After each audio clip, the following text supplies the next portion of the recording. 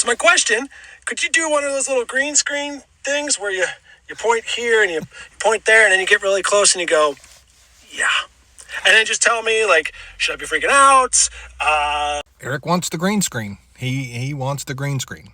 And he appears to be a little on edge because he just called his heating oil company about purchasing some more heating oil, and the price has gone up significantly. Yeah, of course it has. Now, Eric, you said you had a little cold snap. I don't think the temperatures we've seen across the eastern half of the United States qualify as a little cold snap. Like, it's been pretty damn cold. And that has certainly caused the demand for heating oil to spike, as you would expect. So this is inventories last year, this year. Look, last year prices were significantly higher, at least up until now. That's because inventories were low. We were right along the bottom of the 5-year average and got below it here. And then here's the inventory spike that we always see in December. But over this period here, if you notice, this line here is higher than this line here. That means inventories, like throughout summer, were higher. That means we went into winter with more inventory, which means we went into this winter with lower prices. See? Prices last year, prices this year. They started out lower. Now this chart's going to be updated in a couple of days by the EIA. So what you're seeing right here is what you saw right here. You're going to see a big draw. I have a feeling this line is going to come down below the 5-year average. So cold temperatures over the last couple of months have, bam, we've ran into last year's prices. Normally, in normal years, if it's lower this year, it would pretty much stay along this trend as we would maintain inventories, but that's not the case. We've had a cold winter, and February's not here yet. And one of the problems is this winter, more than any, they haven't gotten like any of the long-term forecasts correct. They'll come out one day and say, they'll do a 10-day outlook and say temperature's going to be above average, and then the next thing you know, there's a polar vortex coming. Hell, we had 8 inches of snow in Florida.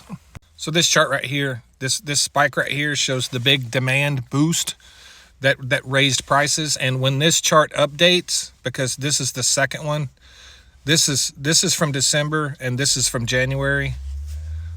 When this line is completed, it may be as high as this line. And if you go all the way back here, you never see these lines touch this line. So big spikes in demand.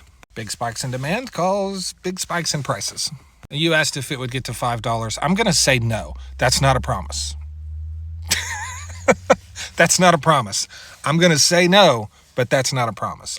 And when I say no, I'm pretty confident, but not confident enough to make a promise because I just seen people snowboarding in Florida.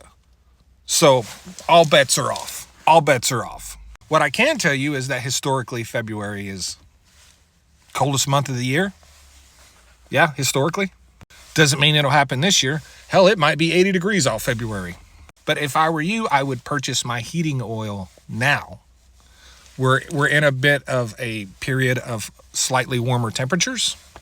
And the only thing that has to happen is for the weatherman to come on TV and say, hey, there's a polar vortex coming. And if you order your heating oil the day after that, you're going to pay more.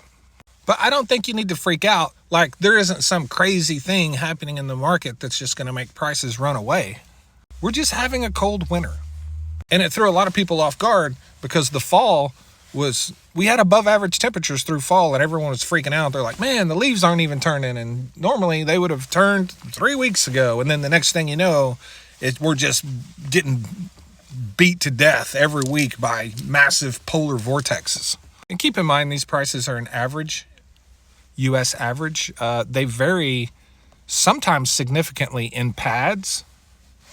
And I don't know if you're in the New England pad or the Central Atlantic pad or the Lower Atlantic pad, but depending on where you live, that can impact your prices. Remember, heating oil is very localized. So how many suppliers do you have locally? How much inventory do they have locally? How much demand is present locally?